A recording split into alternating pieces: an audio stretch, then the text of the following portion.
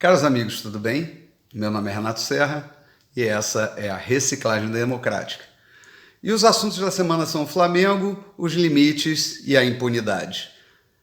Bom, Flamengo, octacampeão, Flamengo, campeão, Flamengo, saudações rubro-negras.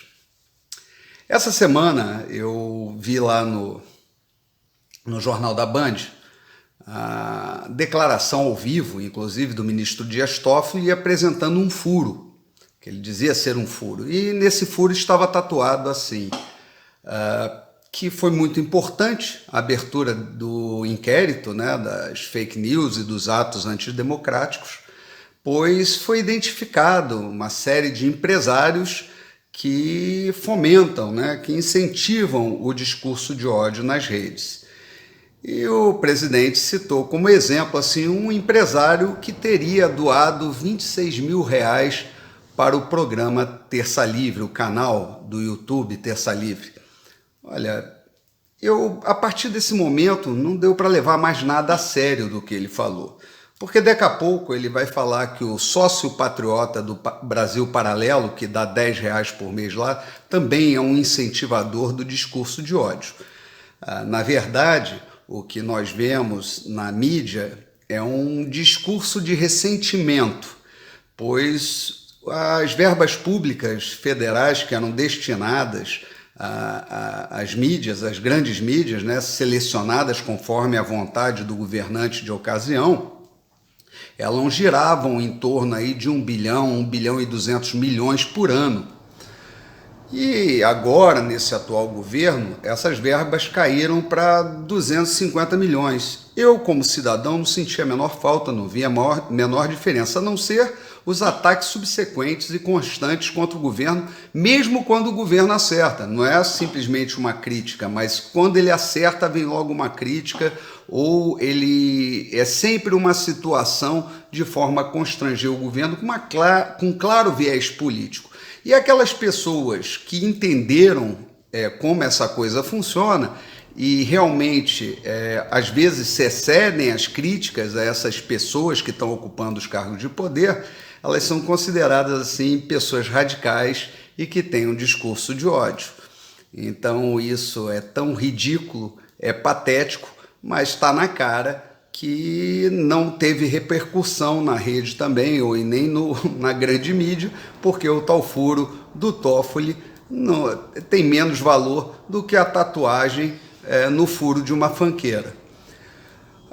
Em relação ao que está ocorrendo, a gente pode fazer diversos paralelos, né?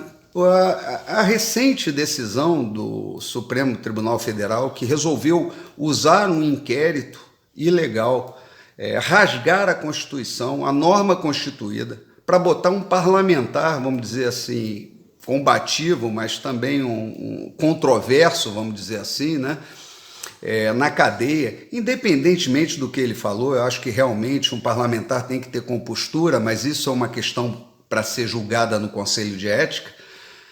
Mas nesse nosso país, onde nós fazemos constantemente justiçamentos, né? Vemos aí justiçamentos na rede, justiçamento nas comunidades, onde as pessoas muitas vezes são linchadas porque a justiça é ausente, então o povo se organiza para fazer a lei nas próprias mãos, com as próprias mãos.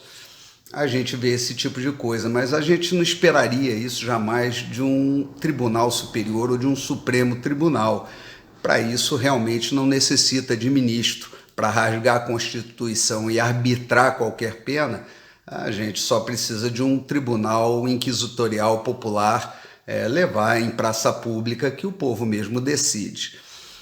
E o que está acontecendo parece que é uma situação quase que orquestrada, né? Frente a essa prisão do deputado Daniel Silveira, se saca do bolso uma PEC, que é uma proposta de emenda à Constituição, para ampliar as imunidades do parlamentar. Ou seja, no momento que o Congresso pôde julgar exatamente a imunidade do parlamentar pelo que ele falou, né, que está ali claro no artigo 53 da Constituição, no último vídeo, inclusive, eu errei, falei 54, mas é o artigo 53, está claríssimo isso lá. mas se desconsidera, isso daí não significa nada, mas precisamos ampliar essa imunidade parlamentar, que na verdade a PEC já foi batizada como PEC da impunidade, não é à toa.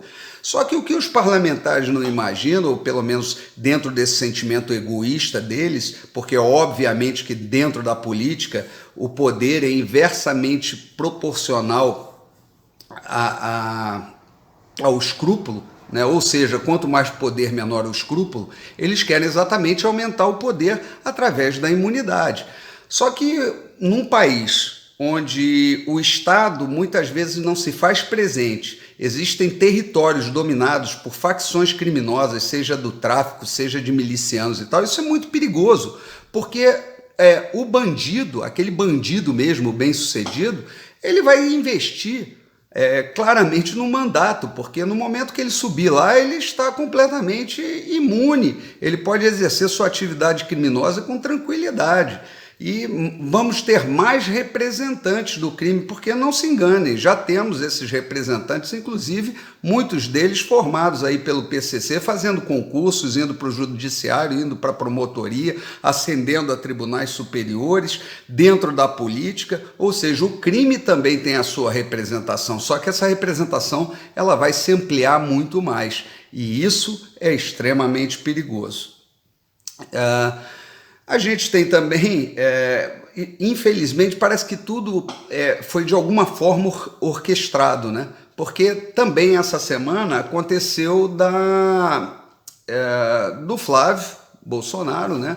Conseguir lá anular a questão da quebra do sigilo, né? Que seria a prova principal para o esquema de rachadinhas, e ele, nesse caso, era peixe pequeno, mas por ser filho do presidente, virou alvo preferencial e, obviamente, não tinha como ser outra coisa, afinal de contas, é uma questão de exemplo e coerência com o próprio discurso, mas, na verdade, esse ato, né, e aí eu não quero discutir a respeito do objeto,